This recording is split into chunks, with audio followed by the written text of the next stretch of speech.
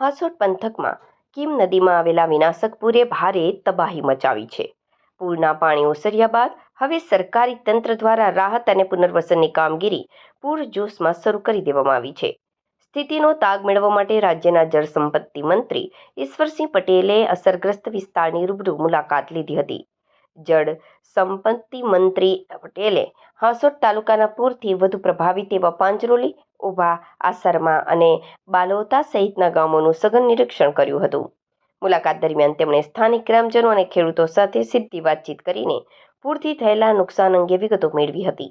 મંત્રીએ અધિકારીઓને સ્પષ્ટ આદેશ આપ્યા છે કે તમામ નુકસાનીનો તાત્કાલિક અને ચોક્કસ સર્વે પૂર્ણ કરવામાં આવે, જેથી અસરગ્રસ્ત ખેડૂતો અને પરિવારો સુધી વહેલી તકે સરકારી સહાય પહોંચાડી શકાય. સમીક્ષા બેઠક બાદ મંત્રી ઈશ્વરસિંહ પટેલે જણાવ્યું હતું કે કેટલાક ગેરકાયદેસર રીતે બનાવાયેલા તળાવો અને દબાણોના કારણે પૂરના પાણીનો યોગ્ય નિકાલ થઈ શક્યો નહોતો, જેના લીધે નુકસાનનું પ્રમાણ વધ્યું છે. તેમણે સ્પષ્ટ ચેતવણી આપતા જણાવ્યું કે વિસ્તારોમાંથી પાણી સંપૂર્ણપણે ઓસરી ગયા બાદ આવા તમામ ગેરકાયદેસર દબાણો અને તળાવો સામે કડક કાનૂની કાર્યવાહી કરવામાં આવશે, જેથી ભવિષ્યમાં આવી સ્થિતિનું પુનરાવર્તન અટકાવી શકાય.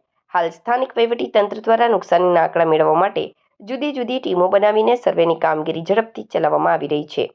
અસરગ્રસ્ત વિસ્તારોમાં રાહત સામગ્રી પૂરી પાડવા અને સહાયની પ્રક્રિયા વહેલામાં વહેલી તકે પૂર્ણ કરવા માટે તંત્ર રાત દિવસ કાર્યરત છે.